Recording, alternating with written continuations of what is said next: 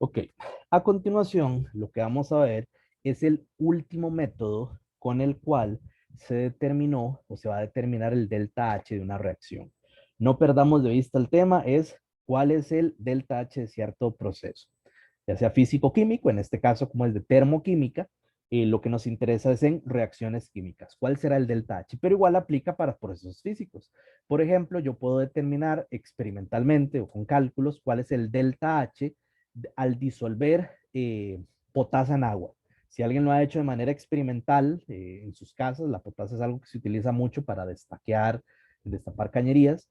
De ustedes echan eso en agua y ven que eso se calienta un montón. Evidentemente libera energía en forma de calor. Es un proceso físico, simplemente se está disolviendo en agua, pero está liberando calor. Y de igual manera yo puedo calcular el delta H de ese proceso. Entonces, tanto en procesos físicos como químicos, funciona. Ahora, de esos métodos, cómo calcular el delta H, ya vimos el método de entalpía de formación, ya vimos el método de ley de Hess, ya vimos el método de entalpías de enlace. El que nos queda es calorimetría. Y calorimetría es el método experimental. ¿Qué quiero decir con experimental? Vean que con entalpías de formación literalmente ocupo la ecuación y ver una tablita. O con ley de Hess lo que ocupo es ver ecuaciones, otras ecuaciones. O es más, con la entalpía de enlace ocupo ver la entalpía de enlace promedio de los enlaces que se están rompiendo y formando. La calorimetría es el único que sí es propiamente experimental. Por eso es que en el laboratorio se trabaja más que todo con cálculos de calorimetría. Pero ojo, entonces eso significa que no me lo van a preguntar en exámenes de teoría o en quizzes. Claro que sí, que sea experimental no implica que uno no puede dar datos. Uno da datos y hay que hacer cálculos. Lo que quiero decir es que en entalpías de formación, ley de Hess es meramente teórico. La calorimetría se ocupa de datos experimentales. Pero es algo muy curioso y es algo que vamos a ver a continuación. Lo que ocupa son temperaturas y ya, básicamente, y tal vez los moles o la masa que está participando. Pero con saber, mira, esto tenía 20 grados y aumentó a 25, con solo eso ya puedo calcular cuál es el delta H de la reacción. Y eso es algo bastante útil. Lo que vamos a hacer ahorita primero es recordar unas cositas que tienen que ver con el calor, tanto el calor específico como la capacidad calorífica. Esto ya había aparecido en videos anteriores, pero no está de más recordarlo. Recordar que el calor específico de una sustancia es la cantidad de calor requerido para elevar la temperatura de un gramo de la sustancia en 1 grado Celsius. ¿Qué significa eso? Significa que si yo tengo 1 gramo de agua, imaginemos 1 gramo de agua, es más o menos 1 mililitro de agua, si yo quiero que aumente su temperatura a 1 grado Celsius, es decir, que pase de 20 a 21 grados Celsius o de 30 a 31 grados Celsius, necesito meterle cierta energía. Esa energía que hay que meterle para que 1 gramo aumente 1 grado Celsius es lo que se conoce como calor específico. Y esto de calores específicos se utiliza más que todo para sustancias puras, elementos o compuestos. ¿Por qué? Porque al ser puro y ya es algo definido, vean que es una propiedad intensiva. Siempre vamos a tener que el calor específico del agua es este, punto. También se suele utilizar para mezclas muy bien definidas. Qué sé yo, una disolución de sal en agua, 1 mol por litro, eso de fijo está muy bien estudiado y sí hay tablas al respecto. Si bien sal en agua es una mezcla homogénea y siempre tiene la misma concentración, siempre es agua, siempre es sal, en esa misma concentración, pues van a haber tablas de ese calor específico. Y es más, hay métodos experimentales, y probablemente en el laboratorio es donde lo tienen que hacer, de cómo calcular el calor específico de ciertas sustancias. La capacidad calorífica, bueno, importante, el calor específico tiene estas unidades, julio sobre gramos, grados Celsius. Haciendo un análisis dimensional, algo que es estudiantes, es simplemente entender, ok, es como ponerle un 1 abajo. 1 gramo, quiero que suba a 1 grado Celsius, le ocupo meter la cantidad en julios que diga. Eso es lo que tenemos que tener presente. La capacidad calorífica, vean que ahí ya no importa la masa. La definición es que es una sustancia, o la capacidad calorífica de una sustancia, es la cantidad de calor requerido para elevar la temperatura de una cierta masa de una sustancia en 1 grado Celsius. Esto de capacidad calorífica aplica para sustancias más complejas. ¿Qué quiero decir? Un televisor. Vean que yo no me voy a poner, bueno, el calor específico del polímero o de la pantalla, el cristal líquido o de los cablecitos metálicos, y no, es un objeto muy complejo. Yo lo veo como un todo. Como un todo, quiero que todo el objeto llamado televisor aumente 1 grado Celsius. Por eso las unidades, en el caso de capacidad calorífica, son simplemente julios sobre grados Celsius. Es decir, que todo un objeto, quiero que aumente 1 grado Celsius, le meto cierta cantidad en julios. Punto. Esa es la diferenciación. Y aquí lo podemos ver, la capacidad calorífica es básicamente el calor específico multiplicado por una masa. Es una manera de verlo. Y eso nos tira dos formulitas que son indispensables. Para calcular el calor, yo puedo decir que es la masa por el calor específico por el delta T. O también puedo decir que es la capacidad calorífica por el delta T. ¿Cuál uso? Depende de lo que me estén dando.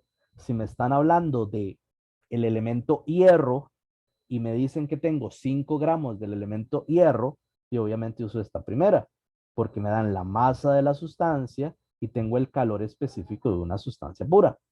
Pero si me hablan del calor de un televisor, de un celular, de una silla, algo complejo, vean que yo no tengo los gramos de televisor, yo hablo del televisor como un todo. En ese caso tendría el calor específico del televisor o del objeto que sea por el delta T. Eso es lo que tenemos que tener súper claro. E insisto, esto ya apareció en un video anterior, pero es un repaso indispensable.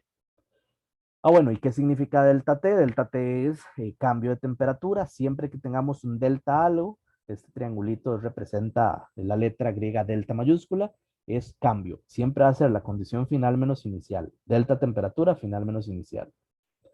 Ahora, esto nos permite contestar este tipo de ejercicios. Insisto, ya apareció en un video anterior, así que voy a ir muy rápido. Quiero hacer un ejercicio nuevo, más bien, pero en este caso nos dice, ¿cuánto calor es emitido cuando se enfría una barra de hierro de 869 gramos desde 94 hasta 5 grados Celsius? Y nos dan el calor específico del hierro. Importante, ¿cuál fórmula utilizo? Vean que esto, de hecho, insisto, estos cálculos, en mi opinión, son muy sencillos. Lo complicado es entender qué fórmula uso o por qué la uso. Me están dando un elemento y su masa. Y es más, vean que no es lo mismo calentar un poquito de una sustancia que calentar mucho de cierta sustancia. Entonces sí es como importante tomar eso en consideración. ¿Por qué lo menciono? Y aplica con agua. Es más, lo podemos ver en la cocina. No es lo mismo poner a hervir, eh, agarren una olla, echen poquita agua así que cubra el fondo versus una olla muy similar pero completamente llena. La cantidad de energía que le ocupo meter a la poquita agua es mucho menor. Entonces vean que la masa sí importa. Si bien el calor específico es una propiedad intensiva, porque está dado, referenciado a 1 gramo, siempre que yo tenga 1 gramo de aluminio, voy a ocupar esta energía para que aumente 1 grado Celsius, pero no es lo mismo calentar 20 kilos de aluminio que calentar medio gramo de aluminio. Entonces, como para que tengamos eso. Si me están dando en un ejercicio la masa y el calor específico, y de fijo ocupo usar esta fórmula, punto. Entonces, ¿qué es lo que hacemos? Lo podemos hacer en partes o en total. Aquí vemos que el delta T sería final menos inicial, 5 menos 94 me da menos 89, todo bien. Es más, veo que es un delta T negativo. ¿Qué significa? Que está enfriando. Concuerda con el mismo texto de que se está enfriando, así que todo bien, lo hice bien. Vean que no es siempre mayor menos menor, es final menos inicial. Una cosa que se equivocan mucho es en la comprensión de lectura, entender cuál es la temperatura del inicio, cuál es la temperatura del final. Y luego lo meto en la formulita, tengo la masa, tengo el calor específico, tengo el delta T. Gramos se dan con gramos, Celsius se dan con Celsius y listo, tengo el valor. Ay, pero me dio negativo. Todo bien con eso. No hay ningún problema. Todo bien con que tenga un valor negativo. Y es más, concuerda. Vean que aquí yo tengo que recordar si el calor que entraba era positivo y el calor que salía era negativo. Y efectivamente me está diciendo que la barra de hierro se enfrió, es decir, que se le sacó calor. es decir, que este menos concuerda. Y ojo, algo importante que de fijo se mencionó en el video anterior, pero insisto en que es importante, ustedes no se pongan a inventar menos. ¿Qué quiero decir? Vean que la fórmula es Q es igual a mc delta T, punto. La gente empieza, bueno, es que aquí me dice que es calor emitido. Como es emitido es un calor negativo. Ah, bueno, entonces le voy a meter un menos. Ya estamos modificando la fórmula, esa es otra cosa. Lo que sí tienen que saber es que un calor emitido debe de dar negativo. Entonces, al final de aplicar la fórmula, debo de ver, ah, mira, sí me dio negativo, pero no es que le empiezo a meter negativo solo porque sí. No empiecen, y es una cosa muy común, a meterles menos o a quitar menos porque sí. Las fórmulas ya están bien. Si uno las aplica, el proceso o el resultado les va a dar negativo o positivo. Eso es lo que se tienen que fijar. Si ustedes hacen todo esto y dicen, ay, qué raro, me dio positivo, pero dice emitir, eso debería dar negativo. Ay, fijo, fue que hice algo mal y lo revisan. Pero en ese orden, no se pongan a jugar con la fórmula. Este es un ejercicio típico de calorimetría. Vamos a hacer otro en el cual es un poquito más complejo, pero es igual basado en esto mismo. El ejercicio que vamos a hacer es básicamente algo similar al anterior. Este sí no aparece en otro video, por eso si quiero que le pongamos atención. Es algo como lo siguiente. Se tiene una barra de 50 gramos de hierro a 200 grados Celsius y se sumerge en 150 gramos de agua a 20 grados Celsius. La pregunta es, ¿cuál es la temperatura final del agua? Y faltan ciertos datos. Faltan datos, por ejemplo, el calor específico del hierro, que ahí vimos en la tabla. En una tabla decía 0.45, el ejemplo 0,444. Pongámosle 0,45 julios sobre gramos, grados Celsius. Y además ocupamos el calor específico del agua, que es 4,18 julios sobre gramos, grados Celsius. Listo. Eso es lo que se ocupa. Primero, entender qué me están preguntando. Lo que me están diciendo es, yo tengo un recipiente, obviamente tengo agua, tengo 150 gramos del agua y está fría, 20 grados Celsius. Agarro un pedazo de metal y lo sumerjo. Ese pedazo de metal son 50 gramos que están obviamente caliente, 200 grados Celsius. La pregunta es, ¿cuál será la temperatura final? Ahora, detalles de sentido común que hay que analizar. Y de nuevo, eso lo podemos hacer al final y lo vamos a hacer al final. Pero tendrá sentido que la temperatura final del agua me dé 15 grados Celsius. Es decir, yo tengo agua fría, le meto un metal caliente y el agua se enfrió. ¿Será que lo estoy haciendo bien? No, evidentemente, si eso ocurre, lo hice mal. Entonces son detallitos que hay que tener ahí como muy presentes, el entender. Ahora, ¿qué es lo que tengo que entender acá? Yo tengo que entender que vamos a asumir que es un sistema casi que aislado. ¿Qué quiero decir? En realidad, este metal le va a dar calor a algo. ¿A qué le va a dar calor? Al agua. ¿Y quién va a recibir el calor? El agua. Así, punto. El flujo de calor va a ir en esta dirección. Pero en principio, el recipiente también debería de recibir calor. El aire que está por encima, esto está sobre una mesa. Todo eso lo estamos despreciando. Por eso es como si tuviéramos agua en el vacío y el metal en el vacío. Entender que en realidad esos, el aire, el recipiente, la mesa, también va a recibirlo. Es simplemente una simplificación del ejercicio. Ahora, en este caso, ¿qué hacemos? Entender que alguien le está dando calor a algo. Punto. Hay una forma de verlo. Vamos a decir que alguien gana calor, Q ganado, calor ganado, más el calor perdido. Alguien gana calor, alguien pierde calor. Y eso va a ser igual a cero. ¿Por qué a cero? Esto aplica para sistemas aislados, cuando no hay nadie. Si alguien gana más lo que alguien pierde, es igual a cero. Véanlo así. Si yo me gané 2.000 colones en una rifa y me fui a comprar 2.000 colones, vean que me gané 2.000 y ¿qué hice? Perdí 2.000. ¿Cuánto tengo? Cero. Calor ganado más calor perdido es cero. Aquí aplica exactamente igual. Esa es una fórmula, vean que es de las fórmulas más simples que existen y curiosamente es de las que más dolores de cabeza da. Toda la calorimetría se basa en esta fórmula. Calor ganado más calor perdido es igual a cero. Por eso es indispensable entenderla muy bien. Otra manera de expresar esta fórmula es más bien, sí, es una suma. Yo puedo pasarlo al otro lado. Decir que calor ganado es igual a calor perdido. Pero suave, ahí como que falta algo. Dieron una suma y pasé algo a restar. Falta un menos.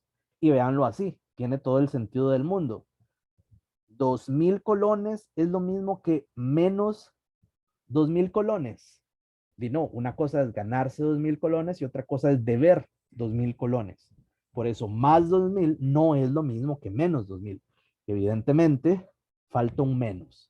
Entonces, si esto está sumando y lo paso a restar, tengo que poner un menos. Ahora, una pregunta importantísima. Y ojo, vean que la fórmula en amarillo y la fórmula en rojo es lo mismo. Si pasé algo que estaba sumando, pasé a restar. Pueden usar cualquiera de las dos. Es más, insisto, es la misma. Pero si la usemos, interpretemos bien qué significa. La de abajo, ese menos, y ojo, es una pregunta retórica, pero analícenlo. Ese menos, ¿dónde tiene que ir? ¿Tiene que ir en el calor perdido o tiene que ir en el calor ganado? Y alguien puede empezar, como algo es exotérmico, tiene que ser negativo. No, vean que es un menos que salió de algo que estaba sumando y pasé a restar. ¿Pude haber pasado a restar el calor perdido? Pongo el menos de este lado. ¿Pude haber pasado a restar el calor ganado? Sí, entonces me queda que menos el calor ganado es igual a calor perdido. Es exactamente lo mismo. El asunto es que uno de los dos tiene que tener un menos. Cualquiera, no importa. Y se los voy a probar con dinero. Vean que, insisto, una analogía con dinero es muy sencilla. Digamos, imagínense que yo tengo 2.000 colones y en este instante voy a donde están ustedes y les doy un billete de 2.000. Así, yo lo tengo, se los doy en su mano, ahora ya no lo tengo y lo tienen ustedes. Algo un poco obvio, ¿cuánta plata perdí yo? 2.000. No estoy perdiendo 1.000, no estoy perdiendo 5.000, perdí 2.000. Y eso significa que si yo perdí 2.000, ¿cuánto acaba de ganar cada uno de ustedes? Y 2.000. Si yo les doy un billete de 2.000, no están ganando 5, no están ganando 1.000. Yo perdí 2, ustedes ganaron 2. Punto. Por eso la magnitud es la misma. Pero acabamos de decir, 2.000 colones no es lo mismo que menos 2.000. Ustedes tienen más 2.000 y yo tengo menos 2.000, no es lo mismo. Alguien quedó sin plata, alguien tiene plata. Por eso, para que de verdad sea una igualdad, uno pone un menos. ¿Dónde? Y donde sea. ¿A qué me refiero? Yo ahorita tengo menos 2.000, yo perdí plata, pero para que sea una igualdad, le pongo un menos. Menos y menos da más. Ahora sí es una igualdad.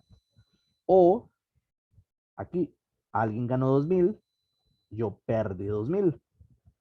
Le pongo un menos, ahora es una igualdad. Vean que ya sea que ponga el menos en el calor perdido o el menos en el calor ganado, eso me mantiene la igualdad. O dicho de otra manera, en esta fórmula inicial puedo pasar a restar cualquiera. Pero importante, y volvemos a lo mismo, no se pongan a meterle menos a la fórmula que no existe. No, es que es como es exotérmico, va otro menos más. O le voy a poner un más. No, no, la fórmula sí está perfecta. No nos pongamos a inventar. Ahora, lo que hay que hacer es meterle los valores. ¿Qué se está ganando? ¿Qué se está perdiendo? En este caso, calor ganado es igual a menos calor perdido. ¿Qué está ganando calor? Lo que está ganando calor es el agua. El agua ganó calor. ¿Y qué perdió calor? El hierro perdió calor. Error típico, dejar ese menos botado en algún lado. No dejemos el menos botado. Luego veo las formulitas. Calor de un compuesto era la masa de ese compuesto por el calor específico de ese compuesto por el delta T de ese compuesto, es decir, temperatura final del agua menos temperatura inicial del agua. Y eso es igual a menos calor del hierro. Eso sería la masa del hierro por el calor específico del hierro por la temperatura, por el delta T del hierro, es decir, temperatura final del hierro menos temperatura inicial del hierro. Eso es lo que tenemos. Ahora, ¿qué me están preguntando? ¿Qué me están dando? Me están preguntando la temperatura final del agua. ¿Me dan la masa del agua? Sí. ¿Calor específico del agua? Sí. O en su defecto lo busco. ¿Me dan la temperatura inicial del agua? Sí. ¿Me dan la masa del hierro? Sí. ¿Calor específico del hierro? Temperatura inicial del hierro? Sí. ¿Cuál es, entre comillas, el único problema? Me están preguntando la temperatura final del agua. Ay, pero qué raro. También me falta la temperatura final del hierro. ¿Será que tengo dos incógnitas y una sola ecuación? No. En ese caso, básicamente, tengo que recordar lo que me dice la ley cero de la termodinámica. Recordemos que la ley cero de la termodinámica me dice que cuando, bueno, ahí tiene palabritas más técnicas, hay un videito al respecto, pero cuando pongo dos objetos en contacto, van a llegar a tener la misma temperatura.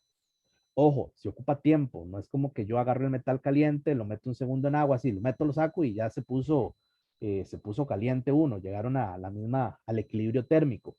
Hay que dejarlo. Una cosa es que ocurre el proceso y otra la velocidad a la cual ocurre el proceso. Pero ¿de qué va a pasar? Va a pasar. Según la ley cero de la termodinámica, los dos objetos van a llegar a la misma temperatura. Esto sí se habló en otro video, por ejemplo, café caliente y una cuchara. Si ustedes meten la cuchara, si la dejan ahí un buen rato, tanto el café como la cuchara, como la taza, como la mesa, etcétera, todo va a llegar a la misma temperatura. Por eso es que en este tipo de ejemplos, sí tengo una ecuación con una incógnita. Tengo la masa del agua, que me dicen que es 150 gramos, el calor específico 4,18 gramos sobre grados Celsius, julios sobre grados Celsius, por la temperatura final, que es la que desconozco, menos la temperatura inicial, que sería de 20 grados Celsius.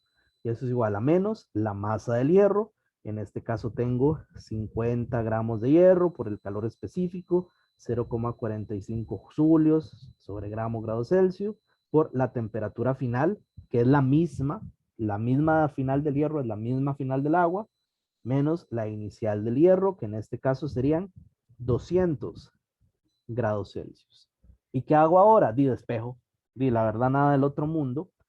Simplemente tengo que despejar. Ya es un asunto meramente aritmético. Lo vamos a tratar de hacer rápidamente. 150 por 4,18. Eso nos da 627 julios sobre grados Celsius por T final menos 20 grados Celsius. Eso es igual a menos, no dejar ese menos botado, 50 por 0,45. Eso nos da 22,5 julios sobre grados Celsius. T final menos 200. Sigo haciendo la solución, esto por esto, esto por esto, esto por esto.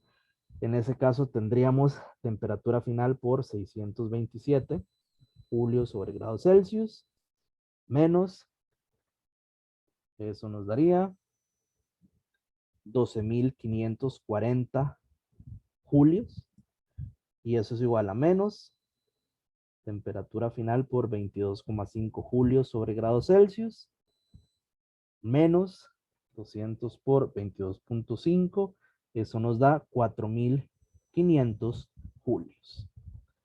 Este menos afecta todo lo que está en el interior, entonces sería, y lo reescribo solo para que no nos perdamos en ningún paso matemático. Esto sería, este menos afecta a todo lo que está ahí, entonces tendríamos 4,500 julios menos TF por 22,5 julios sobre grados Celsius. Agrupo todo lo que tenga una incógnita, todo lo que es número. Entonces, por ejemplo, todo lo que tenga una incógnita lo voy a poner a la izquierda. Tendríamos TF por 627 julios sobre grados Celsius más TF 22,5 julios sobre grados Celsius. Eso es igual a 4.500 julios más 12.540 julios. Ojo, trampas típicas, revisen que todo esté en julios. Por ejemplo, si ustedes ven que está muy repetitivo y que escribir julios y grados Celsius se les complica, no lo pongan. Pero asegúrense de que todo sea julios. A veces pasa que algo está en kilojulios y otra cosa en julios y eso pues ya obviamente no les va a dar igual. Asegúrense de que todo esté en julios y listo, el resultado les va a dar sin ningún problema.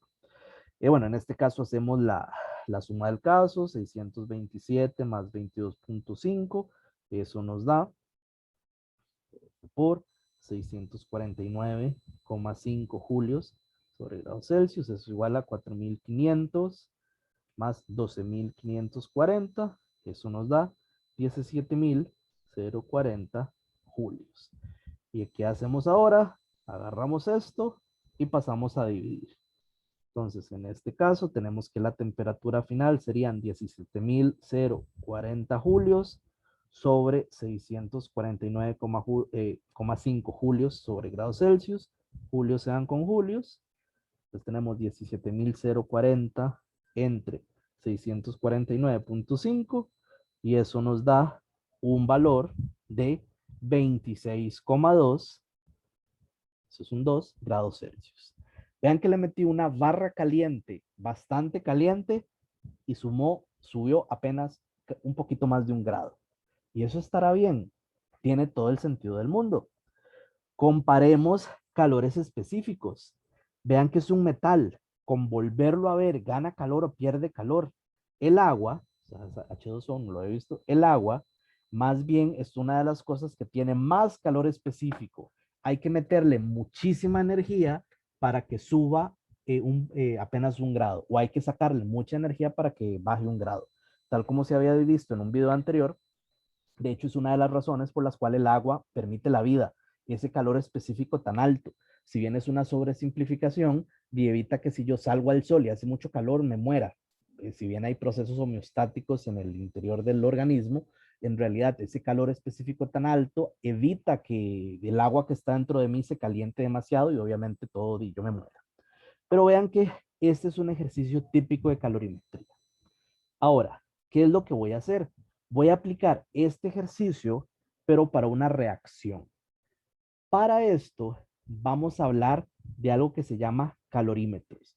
Es algo muy sencillo, pero generalmente ahí nos puede confundir un poquito. Si bien lo que vimos antes era calorimetría, va dentro del tema de calorimetría, en realidad, para esto, vean que en el ejercicio anterior dijimos, es como que tener agua y el metal en el vacío. Ese vaso no existe porque el vaso también contribuiría a absorber calor, etc. La calorimetría per se sí toma en cuenta el recipiente, pero utiliza algo que se llama calorímetros, que es precisamente lo que vamos a ver en un momento. Importante, debido a que no podemos conocer la entalpía exacta de los reactivos y productos, lo que se mide es el delta H por medio de un calorímetro. Es decir, lo que nosotros vamos a medir es el flujo de calor. Pero el recipiente, pues sí va a tomarse en cuenta. Ahora, ¿qué es esto de los calorímetros? Véanlo como un vaso, punto.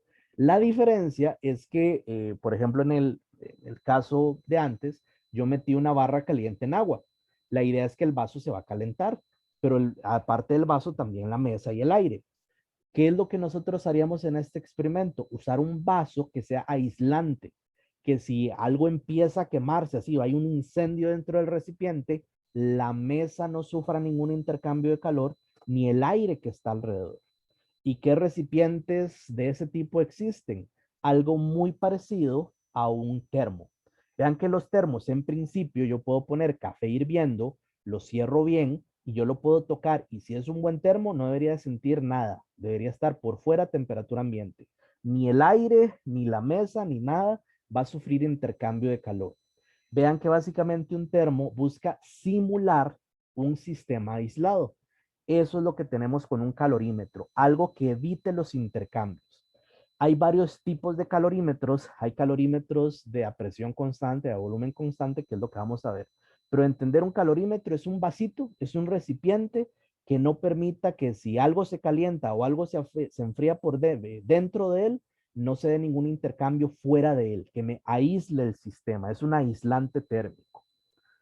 En este caso, como les digo, hay varios tipos de calorímetro. Uno de ellos es a presión constante. El que de hecho antes se usaba en la escuela de química y en algunas universidades donde no hay muchos recursos, es usar dos vasitos de esto, los que son de estereofón, los que se usan para servirse café. Era meter un vasito de estereofón dentro del otro y ponerle una tapita, ojalá de corcho, que también es un aislante. No es el mejor calorímetro del mundo, pero funciona bastante bien.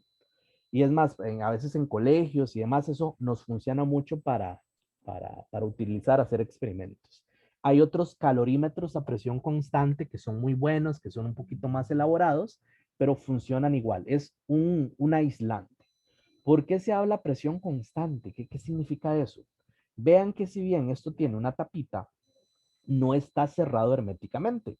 Es más, si aquí hay una reacción que libera gases, el gas va a salir por estas aberturas y todo bien.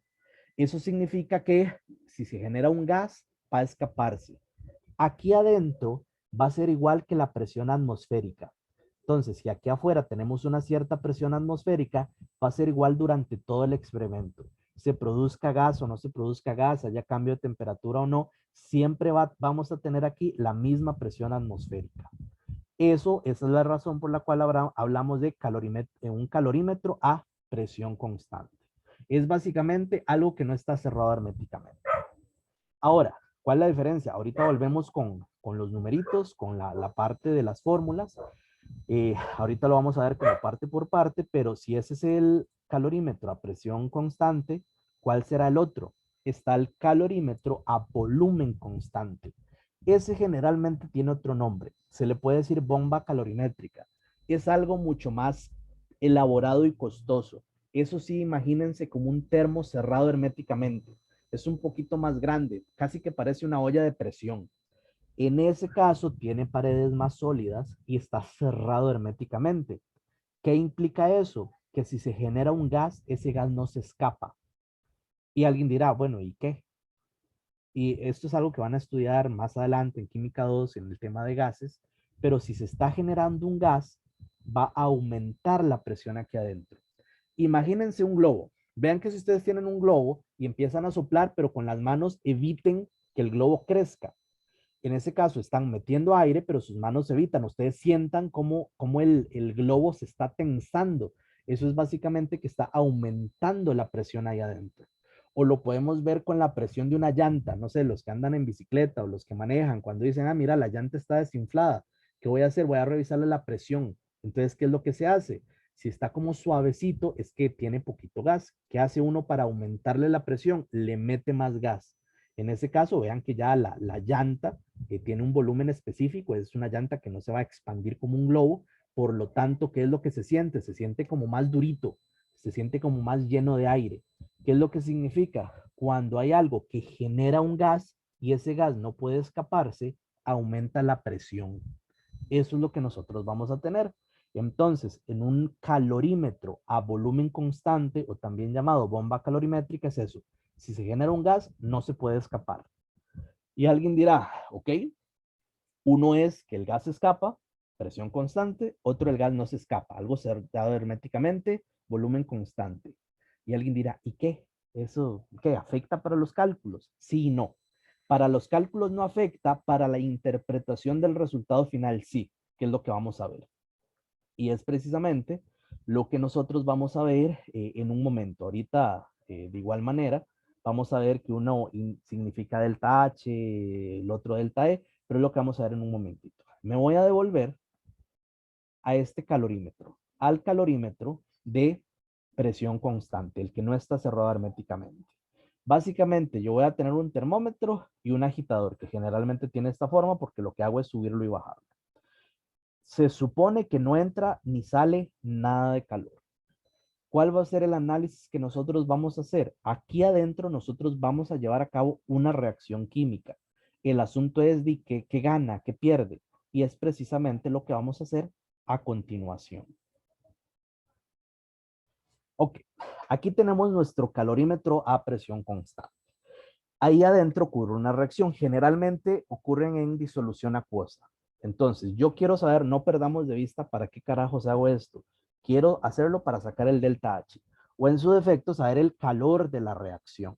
Ya vamos a ver si aquí efectivamente será el delta H o no, pero lo vamos a ver a continuación. Quiero ver el calor que hay aquí, ya sea de un proceso físico, disolver potasa en agua, o de una reacción química, qué sé yo. Aquí adentro mezclo HCl más NaOH, y así vemos si se formó, bueno, se formó sal y agua, pero quiero ver el delta H de esa reacción. Es más, ahorita hacemos un ejemplo ya numérico específico, pero en general, ¿qué es lo que tengo que hacer?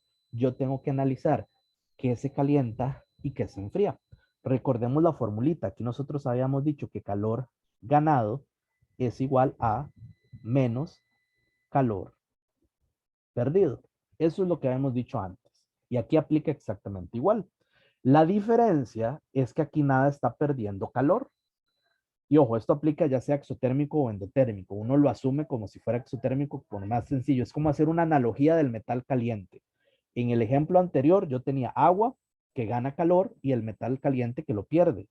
Pero aquí no tengo un metal caliente. En ese caso no vamos a hablar tanto de calor ganado, bueno, sí de calor ganado, no vamos a hablar de calor perdido, vamos a hablar de calor generado.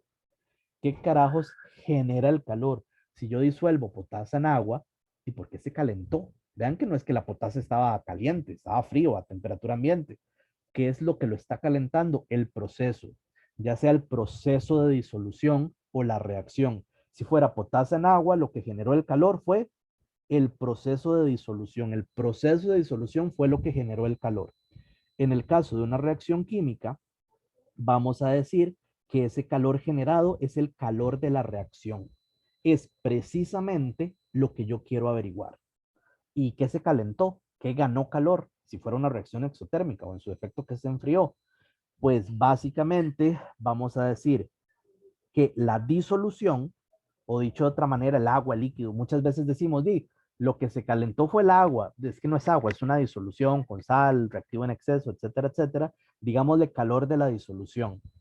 Además se calentó el vaso. En este caso, vamos a decir que se calentó el calorímetro. Y ojo, el calorímetro incluye los vasitos, la tapa, el termómetro y el metal, o sea, lo incluye todo. En este caso, nosotros podemos decir que el calor de la reacción va a afectar a la disolución y al recipiente. Y punto. No el aire, no la mesa, no los alrededores. ¿Por qué? Porque es un sistema que lo aísla. Y aquí simplemente aplicamos la fórmula. ¿Cuál es el calor de la disolución? Simple. La masa de la disolución por el calor específico de la disolución por el delta T de la disolución. Listo. Más vamos a tener el calor del calorímetro. Y ojo, vean que el calorímetro es algo más complejo. No hay un calor específico. En este caso, lo que sí vamos a tener es una capacidad calorífica del calorímetro e igual por un delta T del calorímetro. Este sería el calor del calorímetro. Y eso va a ser igual a menos, eso va a ser igual a menos el calor de la reacción. ¿Y qué era lo que ocupaba? Sacar el delta H, era la reacción. Yo ocupo saber cuál es el calor de reacción. Ahora un detalle, insisto, por ejemplo, decir que ahí mezclé HCl más NaOH en disolución acuosa y eso produce sal y agua. No perdamos de vista lo siguiente, lo que yo quiero es saber cuál es el delta H de eso. Este calor será lo mismo que el delta H. Vean que aquí hablamos de calorímetro a presión constante. Y si han visto los videos anteriores, la entalpía tiene la misma magnitud que el calor a presión constante. Es más, lo vemos de esta forma, la entalpía es igual a calor con una P. Esa P significa presión constante. Es decir, que al fin y al cabo, ese calor de reacción y este delta H es lo mismo. Punto. Si yo tengo el calor específico, la masa, los cambios de temperatura y la capacidad calorífica, experimentalmente puedo sacar el calor de la reacción. Y ese calor de la reacción, como trabajamos a presión constante, es lo mismo que la entalpía de esa reacción. Hay un detalle medio tramposo que vamos a ver en un momento. Y con la práctica uno lo puede ver sin ningún problema. Pero en principio vean que es lo mismo del ejemplo anterior. No tiene mayor complicación. En este caso, vemos igual que básicamente el calor del sistema es cero. ¿Por qué? Porque es un sistema que lo aísla, es un sistema diabático. En este caso, el calor de la reacción va a ser menos el calor del agua y el calor del recipiente. El calor del agua es igual que cualquier calor de un compuesto. El calor del recipiente, como es algo complejo, hecho de varios materiales, es usando el calor, la capacidad calorífica. Y listo. Y como es una reacción a presión constante, el delta H es igual al calor de la reacción. Punto. Ahorita vamos a ver un ejercicio numérico al respecto. Con la bomba calorimétrica es algo similar.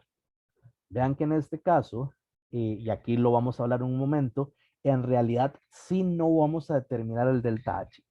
Lo que se obtiene en una bomba calorimétrica o en un calorímetro a volumen constante, lo que se obtiene es el delta E. Si han visto igual los videos anteriores, en realidad el delta E y el delta H tienen valores muy similares. Entonces, si uno obtiene el delta E, uno dice, ah, no importa, es muy parecido al delta H, todo bien. Pero sí, oficialmente lo que se obtiene con esto no es el delta H, sino el delta E. Vamos a ver en un momento por qué. Ahora, tenemos esto. Vamos a hacer el mismo análisis paso por paso. En este caso, solo para explicarlo, generalmente las bombas calorimétricas o calorímetros a volumen constante se utilizan para reacciones de combustión. Entonces, lo más común es quemar algo, ya sea prenderle fuego a la gasolina o a un pedazo de carne o etcétera, quemar algo. Y eso usualmente es algo que ocupa de prenderle fuego, una chispa.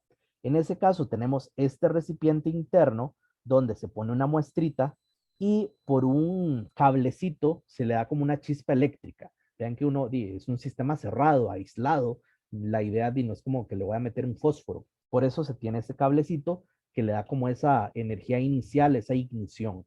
Entonces, tengo ahí un 10 gramos de gasolina, le prendo fuego y listo. Ahora, obviamente es una combustión, no puede haber agua aquí adentro, pero afuera sí hay agua. Entonces, aquí adentro ocurre la reacción de combustión, le prendo fuego a la gasolina, obviamente una pequeña cantidad, y lo que se va a medir es el cambio de temperatura del agua que hay alrededor. Vean que igual esto cuenta, y tal vez es una de las cosas que más confunde, como un solo recipiente. Todo ese recipiente tan complejo de un recipiente interno más agua, más otro, esto que está aquí está al vacío para que no haya intercambio de calor, todo esto que tenemos básicamente cuenta como calorímetro, punto. Por eso es que es tan complejo, pero sigue siendo una sola cosa, recipiente. Y la reacción sigue siendo solo una. Entonces, en este caso, igual nosotros podemos hacer un análisis muy similar. Nosotros vamos a decir que, como en todo caso, calor ganado más calor perdido es igual que cero. O si gustan verlo, lo paso a restar de una vez, cualquiera de los dos. Calor ganado es igual a menos calor perdido. Pero como dije antes, de aquí no se está perdiendo nada. No es como que metí un metal caliente. Se está generando. Algo se va a calentar, por eso sí hay un calor ganado, pero se va a calentar porque se generó a partir de algo. Vamos a hablar de calor generado. ¿Y qué generó ese calor? Vamos a decir que lo que generó ese calor va a ser la reacción. La reacción ocurrió y gracias a que ocurrió, calentó las cosas alrededor. Eso es lo que está pasando. Y ahora tenemos que analizar qué cosas alrededor fueron las que se calentaron. Sencillo, vamos a decir que se calentó. En este caso sí podemos hablar del agua, porque es agua pura. Igual si hubiera sido en disolución, hablamos de la disolución. Pero además vamos a decir que se calentó el calorímetro.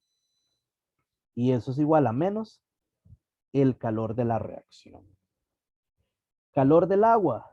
Y vamos a lo mismo. Tenemos que el calor del agua es la masa del agua por el calor específico del agua por el delta T que sufrió el agua. Vamos a decir que eso es más el calor del calorímetro, que sería la capacidad calorífica del calorímetro por delta T. Y finalmente, eso sería igual a menos el calor de la reacción. Punto. Vean que son las mismas formulitas que hemos venido utilizando. Ojo, y es más, muchas veces estas fórmulas se simplifican. En muchos, no en todos, por eso hay que leer muy bien, eso de la comprensión de lectura es indispensable, que digan, bueno, la capacidad calorífica del calorímetro es despreciable. O es lo más típico, decir que la capacidad calorífica del calorímetro es despreciable, entonces decimos, di, esto se hace cero. Di, se simplifica montones. O di, nos fijamos si nos está dando el valor o no. Pero en fin, vean que el proceso es exactamente igual. La otra cosa que quería mencionar, vean que es una reacción de combustión, porque es que se dijo que no es igual que el delta H. Vean que aquí no está pasando a presión constante. La presión, como aquí adentro se están generando gases, la presión aquí adentro está aumentando. Se forma más gas, conforme se genera más gas, aumenta la presión. ¿Qué implica eso? Que la presión no es constante, el volumen sí. Entonces, analicemos la formulita de delta E. Vean que el delta E, el cambio de energía interna, es igual a calor más trabajo. Aquí nosotros usamos trabajo volumétrico, es decir, que es menos presión por cambio de volumen. Ojo, vean que esto se llama a volumen constante, es decir, el volumen no cambia. Si el volumen no cambia, no hay un cambio de volumen, esto es cero. ¿Qué significa eso? Significa que el delta E es igual que el calor en este caso de reacción. Por eso es que decimos que este calor de reacción no es exactamente igual a la entalpía, sino al delta E. Pero, como dijimos antes, el delta E es muy similar al delta H de reacción. Así que generalmente funciona suficientemente bien. Y este es el mismo análisis que hemos venido haciendo. Ojo, en este caso aplica igual, el calor del sistema sería el agua, la bomba, es decir, el recipiente y la reacción. Como no entra ni sale nada de calor, decimos que el calor del sistema es igual a cero. En este caso mandamos a restar algo, entonces el calor de reacción va a ser igual a menos calor del agua más calor de la bomba. Sabemos cuál es la fórmula del elemento, sabemos cuál es la fórmula del sistema que es un poco más complejo y listo. Como es una reacción a volumen constante, pues el calor no es exactamente el delta H, sino que es el delta E.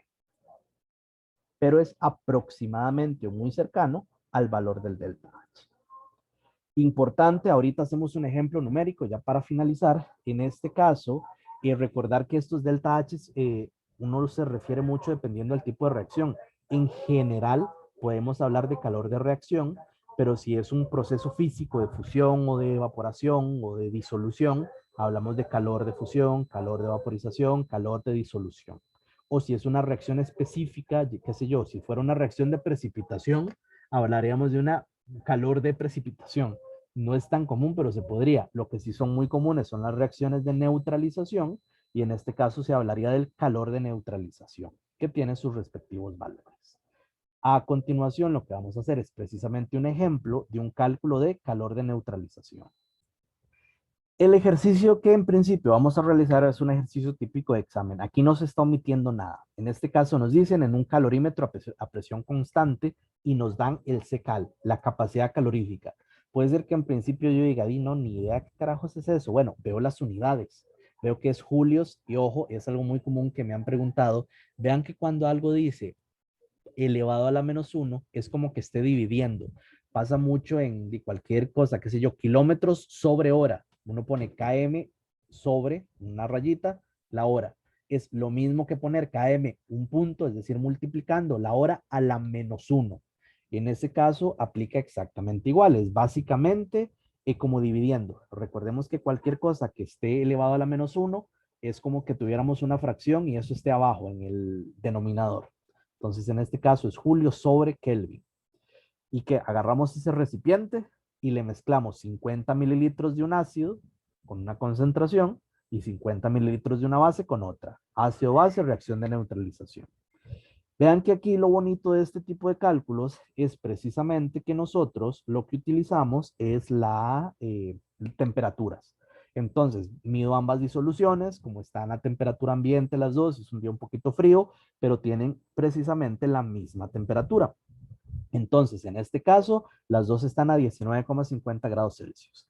Las mezclo y se calentaron hasta 23 grados Celsius. Es decir, hubo una elevación en la temperatura. Algo se calentó. Y además vemos la mezcla tiene una densidad de 1,135 gramos por mililitros y vemos que el calor específico del agua es de la disolución es de 4,287 julios sobre gramo Kelvin. La pregunta es, ¿cuál es el delta H de esta reacción? Vean que siempre es la misma pregunta. En principio, nosotros decimos, no, es que ese ejercicio está como más complicadillo. Y vamos a ver que no tiene es muy similar. Tiene una pequeña trampa al final que es precisamente lo que quiero que veamos. Lo que quiero que veamos. Entonces vamos a resolver este ejercicio. Primero entender qué es un calorímetro. Un calorímetro a volumen constante es como el de los vasitos de café que vimos antes, todo el asunto. ¿Cuál es el análisis? Recordar, que el calor ganado es igual a menos el calor generado. Y en este caso particular, recordar que ese calor ganado va a ser producido, o qué fue lo que lo generó, el calor de reacción, punto. Y ahora analizar qué fue lo que ganó, qué fue lo que se calentó, básicamente. La disolución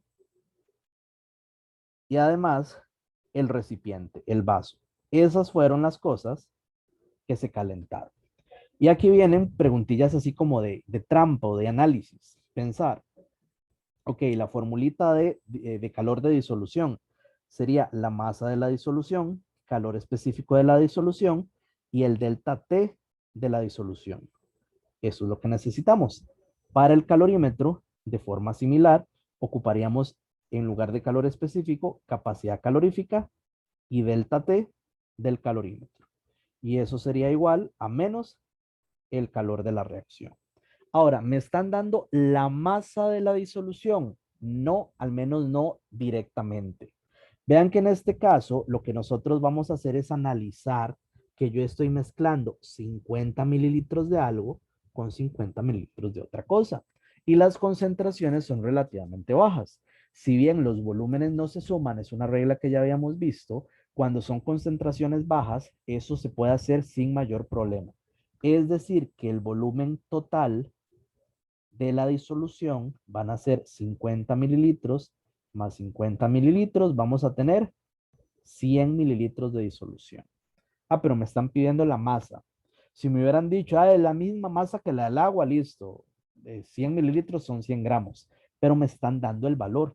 Me están diciendo que yo tengo 100 mililitros de la disolución y me están dando la densidad. Me están diciendo que 1,135 gramos de la disolución equivalen a 1 mililitro de la disolución. Yo hago esto y en este caso, evidentemente, 135, tendríamos 113, eso es un 3, santísima 3 más feo, 113, 135, entonces sí, 113,5 gramos de disolución. Eso es lo que tengo en masa. Entonces yo ya sé que la masa son 113,5 gramos. Calor específico de la disolución me lo están dando. 4,287 julios sobre gramo Kelvin. Y alguien va a decir, suave, es que qué problema, ahí están Kelvin, pero veo que los cambios de temperatura están en Celsius. Recordemos, y esto también se habló en un video anterior, que cuando hablamos de cambio de temperatura, el cambio de 1 grado Celsius es lo mismo que el cambio de un Kelvin. Es la misma cosa. Decir, bueno, tal líquido aumentó 1 grado Celsius, es lo mismo decir, aumentó un Kelvin. Por eso la conversión aquí es muy sencilla. A veces veo que se ponen a sumarle 273 y a restarle 273. Vean que en ese caso es simplemente decir, ok, voy a quitar el Kelvin y voy a poner el grado Celsius. Listo, ahí hice la conversión. Porque decir que aumentar 1 grado Celsius es lo mismo que decir que aumentó un Kelvin. Listo. Es otra trampilla que es muy común que hay que tenerle cuidado. Y luego el cambio de temperatura, vemos que es final menos inicial, no necesariamente mayor menos menor. Veo que empezó en esta temperatura, finalizó en esta otra. Ahí dice que aumentó. Entonces, en ese caso sería 23 menos 19,50 grados Celsius. Gramos se dan con gramos, Celsius se dan con Celsius, y ya lo tengo todo en julios. Más ahora con el calorímetro. Veo que en este caso me dan la capacidad calorífica del calorímetro, que es de 60 julios sobre Kelvin, que insisto, en este caso para la conversión lo podemos poner en grados Celsius. Y alguien puede decir, uy, santísima, ¿y cuál va a ser el cambio de temperatura del calorímetro? Volvemos a la ley cero de la termodinámica. Si el líquido se calentó, el calorímetro se va a calentar igual. Véanlo así, yo tengo un recipiente. Ese recipiente tiene un líquido a 19,5 grados. ¿Cuál va a ser la temperatura del recipiente? Y pues también 19,5. Ojo, tengo que dejar un rato ahí que se aclimate y que tenga la misma temperatura.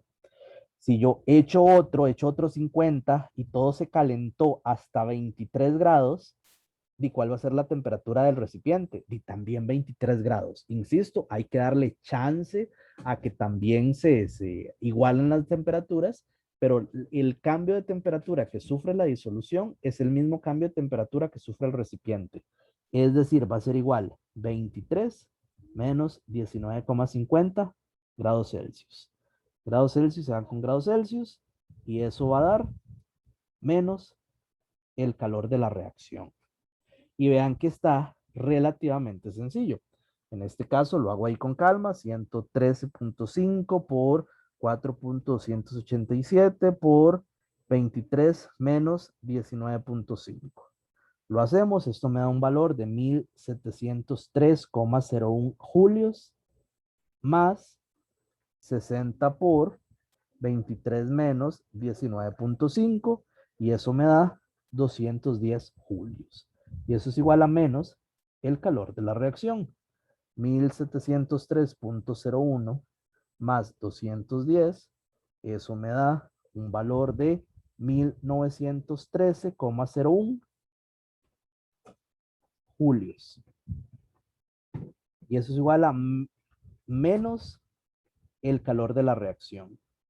El menos lo paso a restar y vean que eso sería la reacción, el calor de reacción. Ojo, y eso es algo importantísimo. Vean que este calor como tal es una propiedad extensiva. No es lo mismo que yo mezcle 1 mililitro de ácido con 1 mililitro de base que mezcle 5 litros de ácido con 5 litros de base. Visto de otra manera, no es lo mismo que yo queme un gramo de combustible a que queme una tonelada de combustible. La cantidad de energía es distinta. Y ojo, esto es muy importante más que todo para exámenes de selección única. En esta pregunta estén seguros que una de las opciones va a ser la A va a decir menos 1913, la B va a decir más 1913 y ambas están malas. ¿Por qué? Porque lo que yo ocupo es el delta H de la reacción y este delta H de la reacción está en kilojulios sobre mol. ¿Qué implica? Y es el paso final que a todo el mundo se les olvida. Entonces, por favor, acuérdense muy bien. Vean que si es un examen de desarrollo, se les pueden dar puntos en medio. Si es marcar con X, no. Y ahí no se puede hacer nada al respecto. Entonces, por favor, nunca olviden. Vean que este resultado que tengo está solo en julios. Siempre tengo que dividir entre algo. ¿Entre qué? Entre lo que estoy, ya sea si fuera quemando combustible, entre los gramos de combustible para tener julios sobre gramos o los moles de combustible. En este caso, que es una reacción, tengo que dividir entre los moles del reactivo limitante. ¿Por qué el reactivo limitante? Y porque el reactivo limitante es el que me define cuánto se forma de producto. Entonces, en ese caso, tengo que dividir entre los moles del reactivo limitante. Uy, ¿cómo se hacía eso? Ya lo hemos estudiado. Vean que en este caso estoy usando el mismo volumen del ácido de la base y la misma concentración del ácido de la base. Vean que esos datos por algo nos lo dieron. Al fin y al cabo voy a tener los mismos moles tanto de uno como del otro. Así que no hay un reactivo en exceso. Pero lo que sí tengo que hacer es básicamente agarrar ese volumen, 50 mililitros, pasarlo a litros, recordar que 1000 mililitros es un litro, y luego perdón, usar la concentración como factor de conversión y decir que en un litro de solución yo voy a tener 0,300 moles. ¿Moles de qué? De ácido perclórico y además de hidróxido de potasio. En este caso, lo hacemos rápidamente. Vemos que 50 entre 1000 por 0,300 nos da un valor de 0,0150 moles.